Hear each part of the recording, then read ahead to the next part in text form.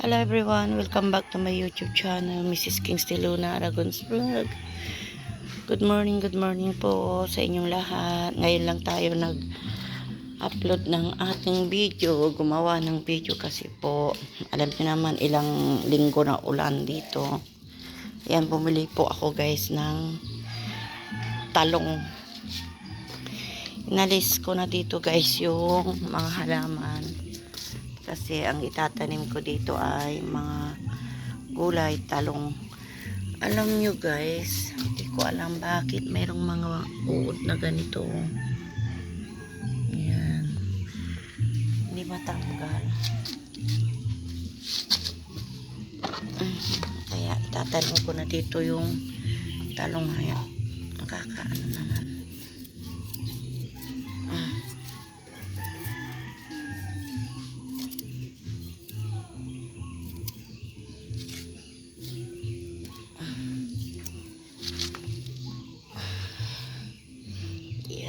Tanim ko. Kahapon ko to binili. Nagsimba kasi ako kahapon. Matagal ko nang gustong plano to. Hindi ko lang maharap-harap. Hindi ko magawa maano. Kaya kahapon nagsimba ako. Kakob! Agwanta! Kina? Kabiyan, Nathan! Nathan! Limubla mo! Nani na! Ayan guys, maingay pala ako, nakalimutan ko nagbibideo. Yung bata kasi bumili ng cleaning, nakalimutan niya doon sa binilihan niya. Ayan. Tananim na natin para may gulay. Ayan po guys. Ayan, may gulay. Mahabang talong daw to sabi ng binilihan ko. Ayan. Dito ay bali tatlo lang kasi itong iba doon ko itatanim sa harap ng bahay. Doon sa aalisin ko yung mga tinanim ko doon na mga halaman. Lilipat ko ulit sa paso.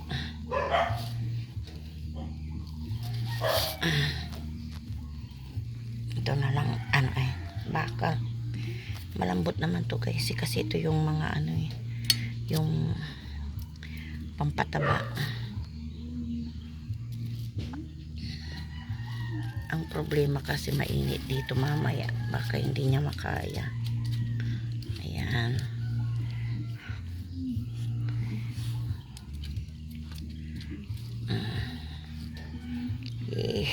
May tanim na nung kasi ang tinanim ko dito ang palaya. Maganda yung binhi na yun kasi mahaba, saka hindi siya mapain. Ayan. Matagal kasi ako guys na hindi nakapag-upload kasi kami dito ng bagyo, ng nasalanta ng umuulan pero hindi naman pero sa ibang lugar talaga malalim yung mga malalim yung pinsala. May hanggang ngayon ata may tubig pa.